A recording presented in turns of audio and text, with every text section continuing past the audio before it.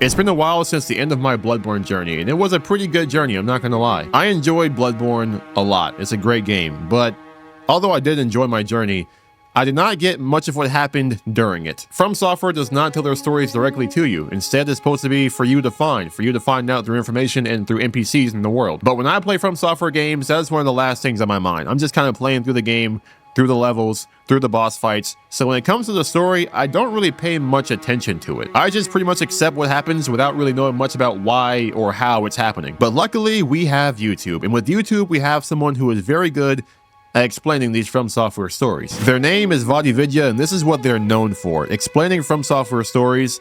And I figured this time around, I guess I may as well know what in the world I just played through. The oldest for once and in my life. strongest emotion of mankind is fear. And the oldest and strongest kind of fear is fear of the unknown. Facts. H.P. Lovecraft. Great guy. Our eyes are yet to open. Now, before I get too far into this, a little peek behind the curtain. I did try to record this earlier. I have seen about 11 minutes of the video already before now, but I didn't hit record. So we watch again. And I'll try to pay more attention, I guess. The old blood. These make were sure the I don't words miss spoken anything. between Master Willem and Lawrence, from the cautious teacher to the ambitious student. Fear what you do not understand. Fear the old blood. And so our story begins, as you might have guessed, with blood. Ancient blood. So that's the only flashback in the game, right? So I guess it makes sense that we're starting there. And I mean, obviously, I'll let the video play. But everything pretty much starts here with Willem and Lawrence. Deep below the city of Yharnam It seems like. lies the ancient underground labyrinth of Tumeru.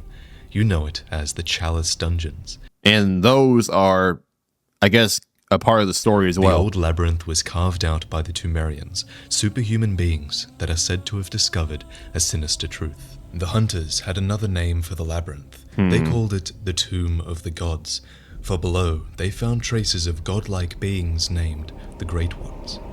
The Great Ones could function on transcendental planes of thought, meaning they had elevated their consciousness beyond the physical realm. The benefits of operating on this plane are unclear. Perhaps it was in the name of immortality, or perhaps power, as even beyond, the Great Ones could interfere with beings and events in the waking world. Whatever the case, it is clear that some sort of ascension took place, as there are numerous references to some Great Ones being left behind. Of all the strange life forms that reside in the nooks and crannies of the old labyrinth, the slugs are clear signs of the left-behind Great Ones. One such Great One appears to be abandoned Ebritus, a left-behind being who apparently did not ascend with her brethren.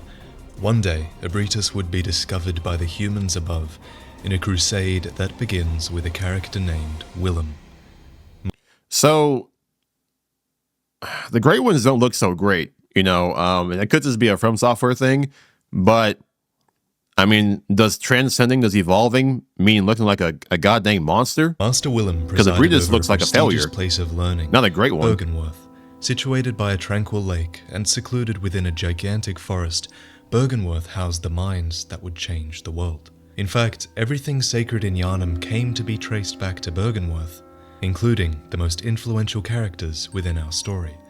Bloodborne's lore is very character-driven, and there are 5 who I'm going to help you become familiar with. There was Master Willem, Runesmith Carol, Lawrence, Mikolash, and German. I'll introduce them to you in the order that they become relevant in the... So those are the, I guess, the top 5 most important characters as far as the story goes in this game. And with FromSoftware games, it's like you're not really playing the story. You're playing the aftermath of the story. All the stuff you're playing through is stuff that happened because of things that have already happened. You're playing the result of everything that happened.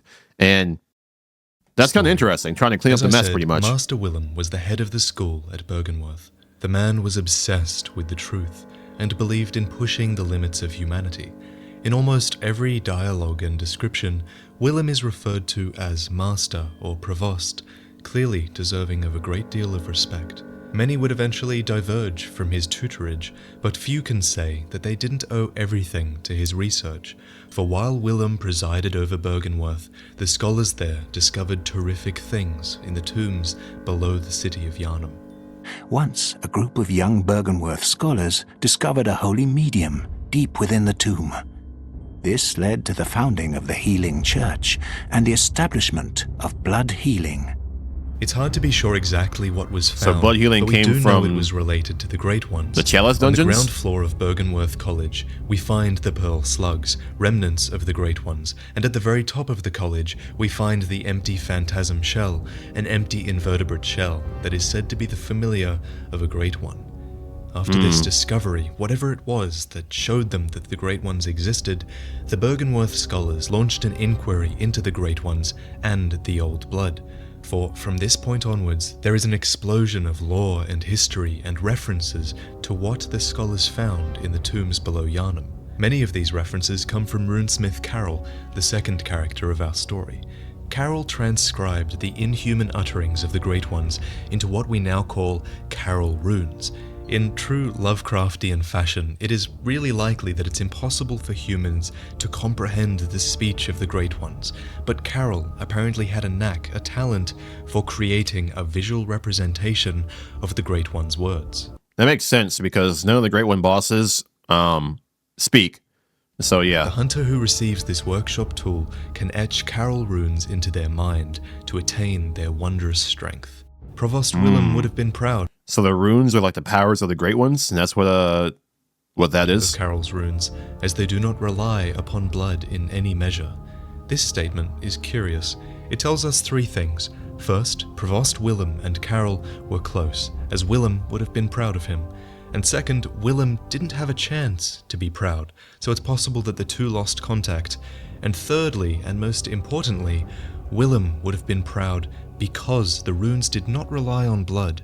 In other words, Willem did not approve the use of the old blood, the blood found in the Tomb of the Gods. The Metamorphosis rune states, the discovery of blood made their dream of evolution a reality. Metamorphosis and the excesses and deviation that followed was only the beginning. Willem believed in a different path. He believed in attaining more insight, for humanity's eyes had yet to open. The eye so that's rune why he states says that that. Master Willem looked to beings from higher planes for guidance, and sought to line his brain with eyes in order to elevate his thoughts. And with these descriptions, you should have some idea of the scale of ambition of these characters. With the discovery of beings greater than them came a desire to ascend into godhood, to So it's funny because I think even the systems in like FromSoftware games is also like tied into lore. So be able to level yourself up with blood echoes, is that like following Lawrence's path? Like is using blood to become stronger, like doing Lawrence stuff, and then like using insight to, I mean, insight doesn't really get you much. So push humanity. The blood into its echoes are what next kinda stage makes of you stronger. evolution. The only question was how? Blood or insight? And this was a question that split the ranks of the Bergenworth scholars. It's how we arrived at the cutscene we started at earlier, with Master Willem and Lawrence parting ways. Master Willem, I've come to bid you farewell. Oh, I know. You think now to betray me. From this cutscene, we can infer that Lawrence was a high-ranking student of Master Willem, because firstly, Lawrence refers to Willem as Master, and secondly, Willem clearly regards Lawrence highly enough to call this departure a betrayal. No, but you will never listen. Lawrence disagrees. He does not see it as betrayal, and here So that's we what come that's to all the about. heart of what their disagreement is about. Essentially, it boils down to the difference between the two resources in the game. Willem believes man requires insight and knowledge to ascend. Lawrence believes in the power of blood. Lawrence attempts to reassure Willem, telling him he will always fear the old blood, but that this fear will not stop him using it. I mean, like, if blood echoes is like the blood that Lawrence is talking about, I mean, blood does make you stronger. Insight didn't do much for me except let me buy stuff sometimes, but like, I mean, maybe Lawrence was right? I don't know. I tell you, I will not forget our adage. Although I'm sure there's side We are effects or whatever it's born using the of blood. made men by the blood. Because Lawrence is not a hunter, right? So I guess we'll get to hunter stuff later, but I wonder what the lore of that is. By the blood. Our eyes are yet to open. Fear the old blood. I The must old take blood my is, leave. I guess anything from the Chalice Lawrence dungeons or leaves whatever? the Byrgenwerth The great scholars, ones? presumably with a small group of rebels, and goes on to found the Healing Church. Willem remains at Byrgenwerth and attempts to elevate his thoughts to a higher plane. He will return to our story at a later time, so while I tell you of what Lawrence went on to do, imagine Willem here in Byrgenwerth, sitting in his rocking chair over the lake, musing on how to acquire insight and elevate his thoughts. That man had to be bored. Everything Lawrence would come to achieve was based on the knowledge. I can't imagine just like sitting in a chair just staring. Thinking about God even knows what. I mean, I guess he was trying to elevate his mind, as Vaati said, but like, by in Byrgenwerth. In retrospect, how we though? clearly Just sitting see there. Why Willem saw Lawrence's departure as a betrayal. Perhaps Willem himself even planted these ideas in Lawrence's mind. A note in the lecture hall reads, "Master Willem was right. Evolution without courage will be the ruin of our race." I did not read any notes. I mean, I read them when I saw them, but I didn't like acknowledge them. I didn't like try to understand what the note was trying to say. So, I mean, I missed a lot of Lawrence story had right there. courage, But it is likely that his courage... Not that I bordered would've got on it anyway. arrogance.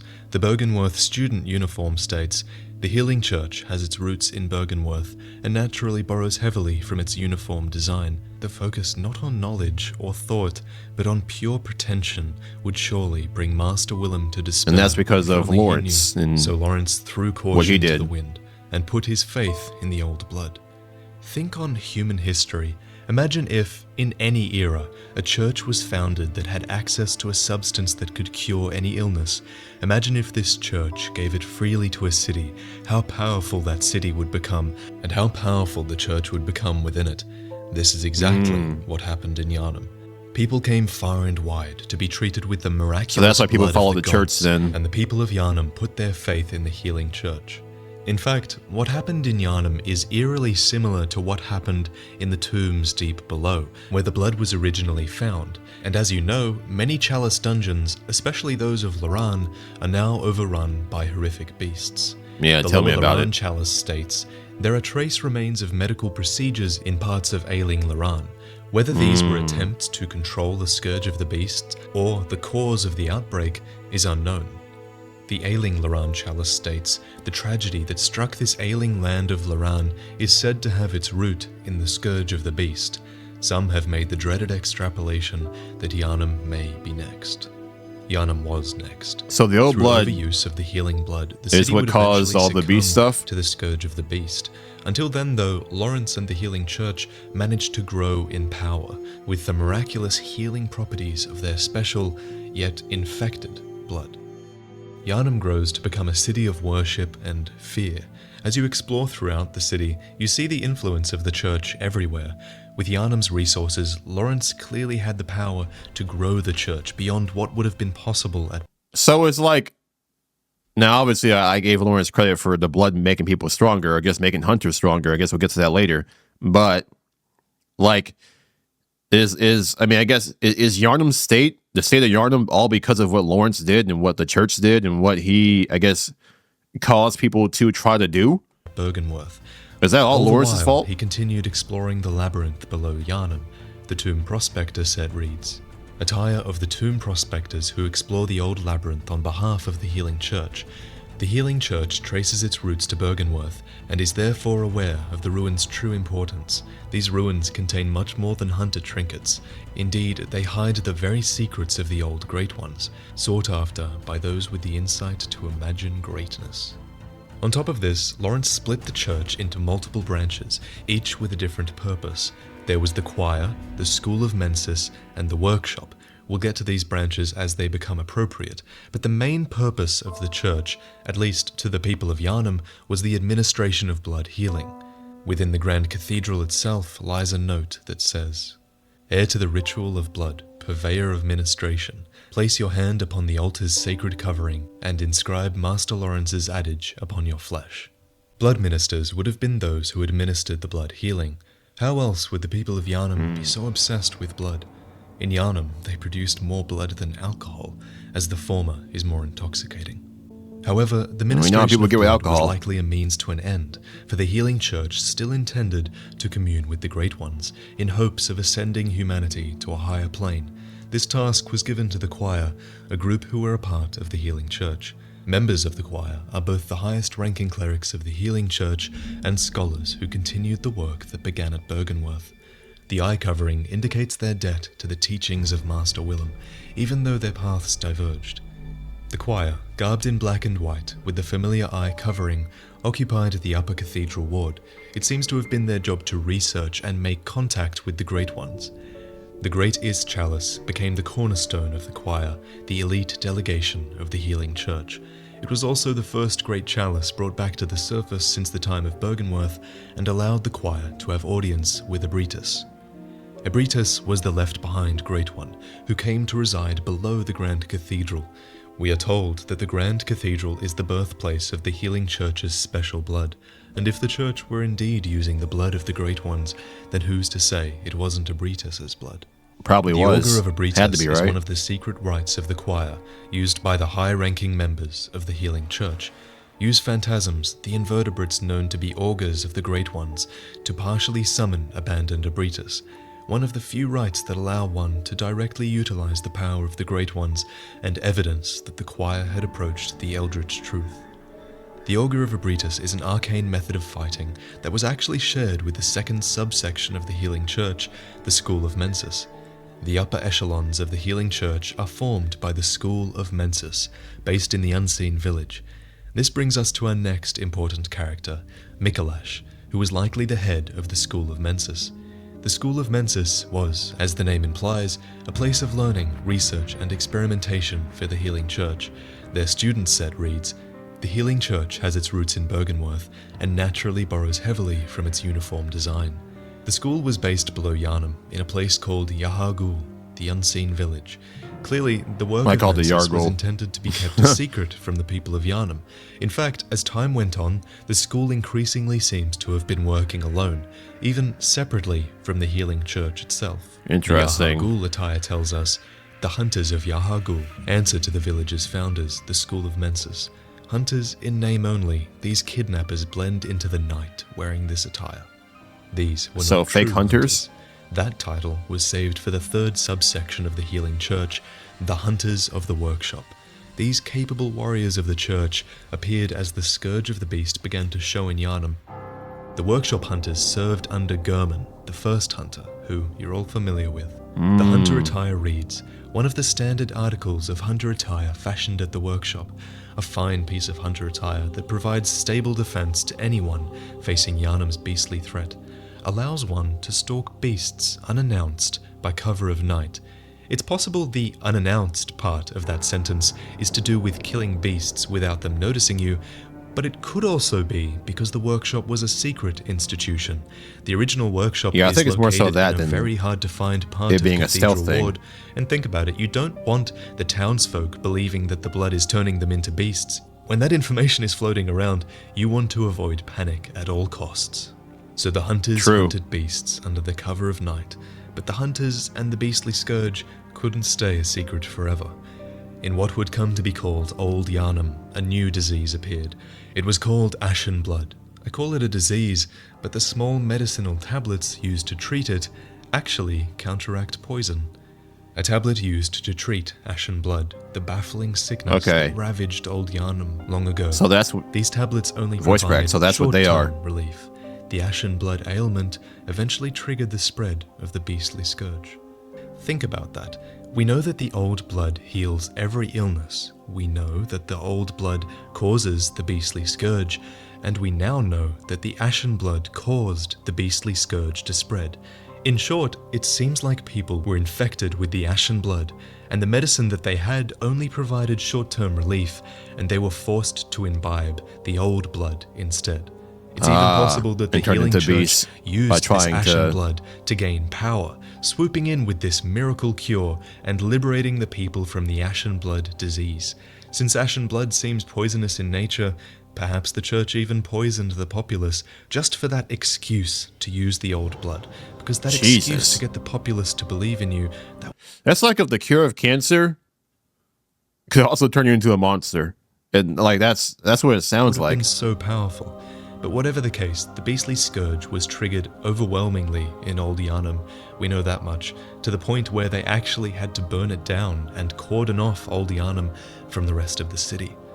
The red moon hangs low, and beasts rule the streets. Are we left no other choice than to burn it all to cinders? With this, the hunt became known to all.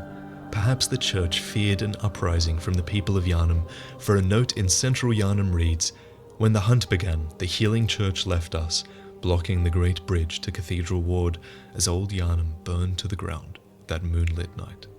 As a result, Gurman's work And then there's the charred hunter clothes there too. So that's a was sign. sealed and closed. Another sign it With was the burned. scourge of the beast known to all, perhaps there was no need for secrecy anymore. The Saw Hunter badge comes to read, "Badge crafted long ago at the workshop, attests to one's prowess as a hunter of beasts. The workshop is gone, and no group recognizes this meaningless badge." At this point, the church retreats. They block themselves off in Upper Cathedral Ward and come up with a new strategy for dealing with the scourge of the beasts that is spreading throughout Yharnam. Eventually, the workshop hunters would disband, and the church founded the Church Hunter Workshop in its place. Ludwig was the chief hunter of the healing church, which consisted of hunters garbed in black and white. The black church hunter attire reads, "Most healing church hunters are elementary doctors who understand the importance of early prevention of the scourge, achieved by disposing of victims, even potential victims, before signs of sickness manifest themselves. Their black attire is synonymous with fear and that peculiar Yharnam madness. The black church hunter's job was clear. Remove any sign of the scourge of the beast, even if it hasn't manifested itself yet.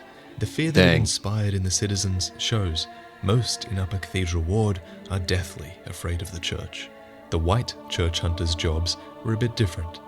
These doctors are superiors to the black preventative hunters and specialists in experimentally backed blood ministration and the scourge of the beast. They believe that medicine is not a means of treatment, but rather a method of research, and that some knowledge can only be attained by exposing oneself to sickness. Their experimentation might explain the monstrously large church giants who would have been particularly useful in the fight against the beasts. Ludwig's greatsword exhibits several departures from the workshop's design, suggesting that the church anticipated much larger, inhuman beasts. On top of this, Ludwig took a much more overt approach to beast hunting. Nightly, he would embark upon central Yharnam, across the Great Bridge, to fight back against the beasts. But he was not alone. The population of central Yharnam joined the hunt as well, swelling the ranks of the hunters. Ludwig, the first hunter of the healing church, once recruited Yharnamites to serve as hunters. This hunter's attire was made for new recruits and has excellent straightforward defense, but not nearly enough to allow an ordinary man to stand any real chance against the beasts. So It that's sounds what like that a very is. clever move, as it probably stopped the populace blaming the church and likely formed more of a us versus them mentality. Meanwhile, in Bergenworth, Master Willem had an epiphany. We are thinking on the basest of planes. What we need are more eyes. Willem took this. Yeah, Willem was all about literally. insight The remaining and students learning. of Bergenworth appear to have been transformed into multi-eyed, fly-like creatures, and more importantly, Willem himself found an umbilical cord of a Great One, which was a very significant and powerful artifact.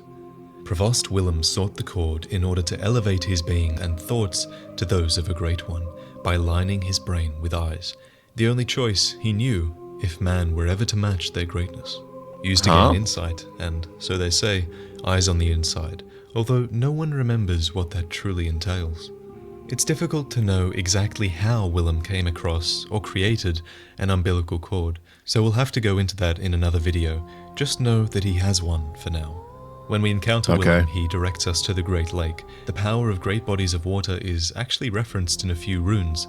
Great volumes of water serve as a bulwark guarding sleep, and an augur of the eldritch truth. Overcome this hindrance, and seek what is yours. The lake and what lies within it hides the truth. Rom, the Byrgenwerth spider, lies within, and there's a lot we don't know about her, but I'll tell you what we do know. The Byrgenwerth spider hides all manner of rituals and keeps our lost master from us, a terrible shame. The spider is certain to reveal nothing, for true enlightenment need not be shared.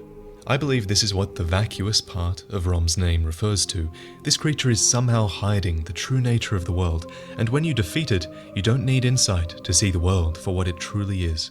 The night moves forward, the blood moon descends, and after killing Rom, we are finally granted access to what remains of Yahar'gul, home of Mikolash and his school of Mensis. The school of Mensis appears to have grown apart from the healing church and the choir. There is little information on Mikolash and his school, but we can prove that there was a split. Firstly, Mikolash uses the Augur of Abritus, a secret rite of the choir shared among the high-ranking members of the healing church. This suggests he was trusted with this information and was once a sane member of the church.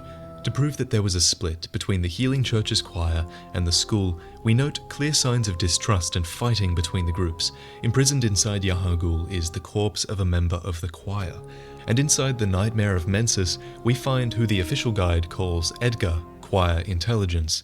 Clearly, the choir was suspicious of what was going on in Yahar'gul with the school of Mensis, and based on what we find there in Yahar'gul, it seems the choir had good reason to be. The school of Mensis were attempting to commune with the Great Ones, and they succeeded. As Willem did, they found an umbilical cord. We find 4 cords in the game that allow contact with the Great Ones, and Mikolash had one. This cord granted Mensis audience with Murgo, but resulted in the stillbirth of their brains. As we know, most Great Ones reside in the Nightmare Realm, and whatever ritual they performed with this cord ripped Mensis and its students into a nightmare.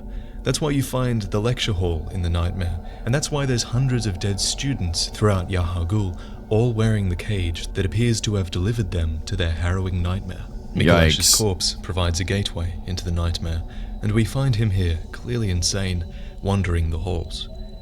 Mikolash believes that it's possible to ascend towards becoming a Great One, citing Rom as his example.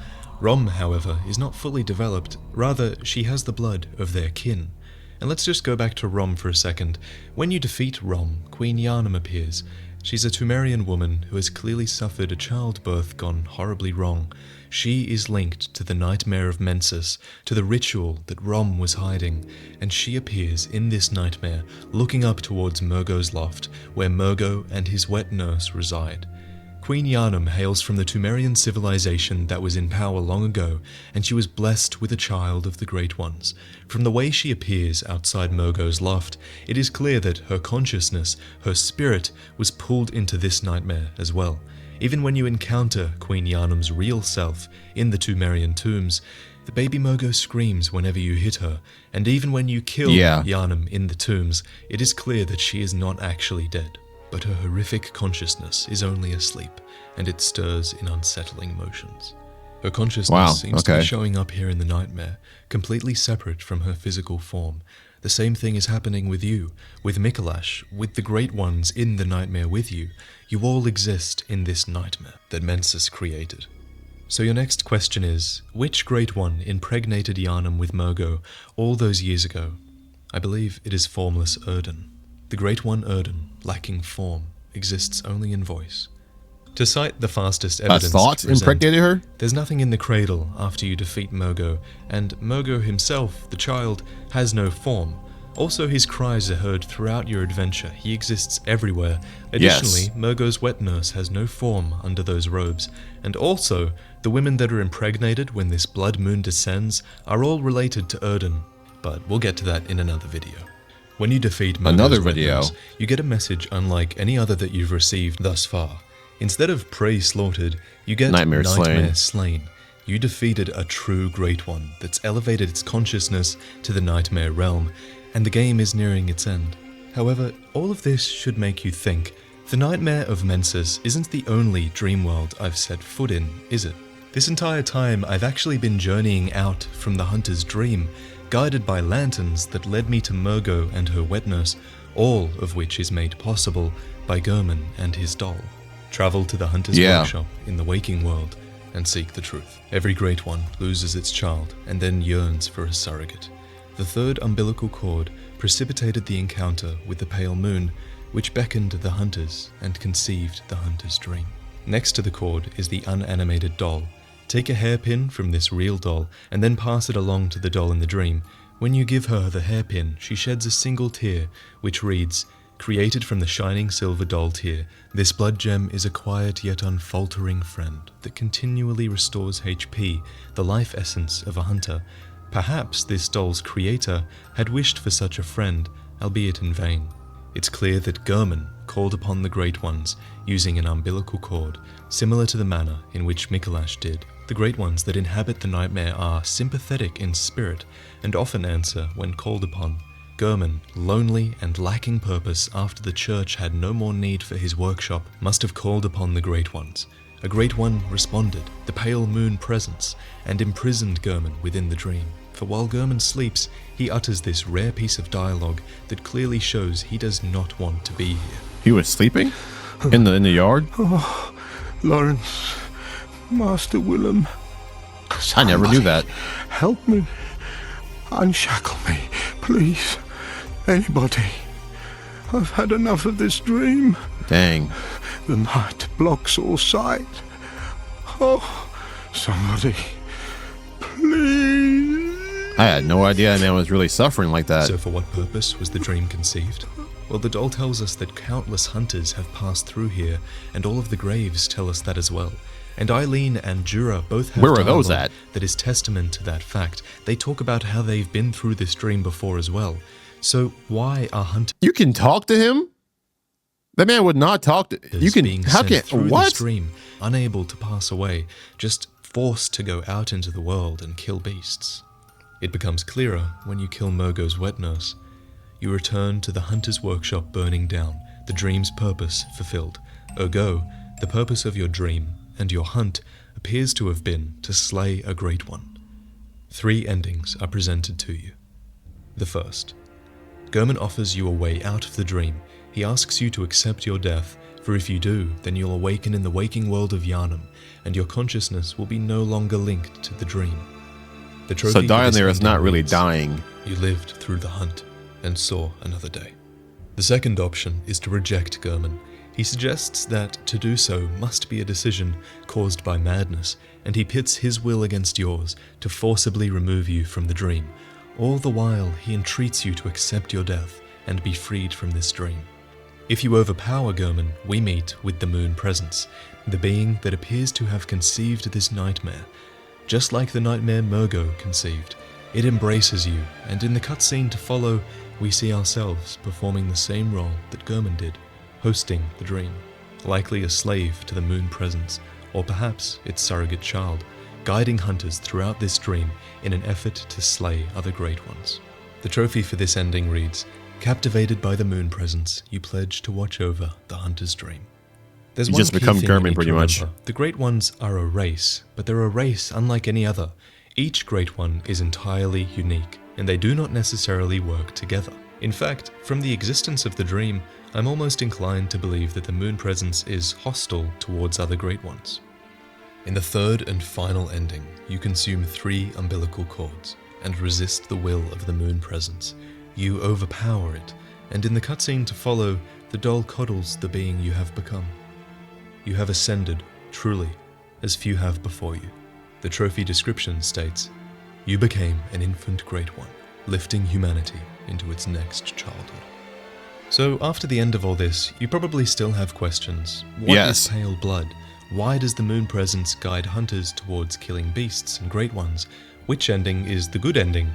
For all this and more, you need to be subscribed to the channel. I'll have another video out soon analyzing the endings, and from here on out, the channel should split into 3 main parts. There's going to be the lore hunting series, where we focus on one aspect of the lore and really figure it out. There's going to be Prepare to Cry, which is my favorite series. It's a series where I tell the story of a character within Bloodborne's universe, and there's going to be Things You Missed, which are short, enjoyable episodes that showcase an area of the game and tell Okay. you everything that you missed within. Well, that's pretty much the great- end then. Man, even after having it kind of explained, there's still so much that I just don't even that I think I just don't get about what really happened. Even when deep diving into the lore of the game, it's still hard to understand what truly happened in the story. But I guess from what I kind of comprehended, Lawrence is the reason for like Yharnam being what Yharnam was, because of them finding the old blood in the Chalice dungeons and trying to ascend to become a great one. And then Willem wasn't really with that, so I still don't understand fully what Willem was doing. It seemed like he didn't really do anything. He didn't really cause anything. He had a umbilical cord, but like I don't think he did anything with it. Lawrence didn't have one, but Mikolash had one, and they did like some. I guess they got to speak to the Great Ones. They connected with them, and I guess they tried. I mean, they were the closest to probably ascending. They had the most info, the most connection to the Great Ones. It seemed like. Don't know. I don't remember what all they did to pull that off, but I mean, they are at the end of the game, so it seemed like they were the ones who I guess got the closest to creating a Great One. And then Yharnam, the Tumerian queen, Tumerian, however you say that. I mean, impregnated by, I guess, a Great One that doesn't really exist, doesn't have a physical form, just an entity that exists without needing to be a physical form. The Murgo, the kid the baby that was born, didn't actually have a form either. Like you could hear it everywhere. There was nothing in the carriage. The wet nurse didn't have a form either. It was just I guess what he was wearing. So crazy, bro. I still feel like I know nothing. I mean, I feel like I know more for sure, but I still know nothing about what truly was happening. And from this video, it seemed like the hunter's job was just to try to, I guess, clean up the mess for the most part. Try to kill off the beasts that were created by the old blood and all of that. And I guess for the hunters that are led by Gurman, their job was to try to kill a Great One. Which I'm not too sure. Are Great Ones like really bad? Like that's the hard part about FromSoftware games, is that there's not really a true good side. There's not really a true bad side either. It's just sides that like conflict with each other because of what they're trying to do. Maybe there is a clear bad side. I wasn't paying too much attention, or I just didn't like I guess grasp it. But I mean, the hunters were just trying to clean up the mess, kill the beasts that were made by the old blood and infecting people. The old blood was used because it can cure anything, but it also turned you into a beast, so it's like a pros and cons thing. Anyone who used the blood. We also didn't talk about what's her name? Yosefka? I don't know. I guess he has videos on certain characters that might explain that, but we didn't even touch on her, what she was trying to do. Alongside maybe some other people in the game that we wouldn't know. I don't know what they were trying to do and whether it was important to the main plot or not. But the main plot is, I mean, it seems like you're just a hunter who's trying to clean up a mess for the most part. I feel like that part is always kind of obvious because of just like the nature of the game and what you're doing. But man, there's still a lot that I think I just don't get.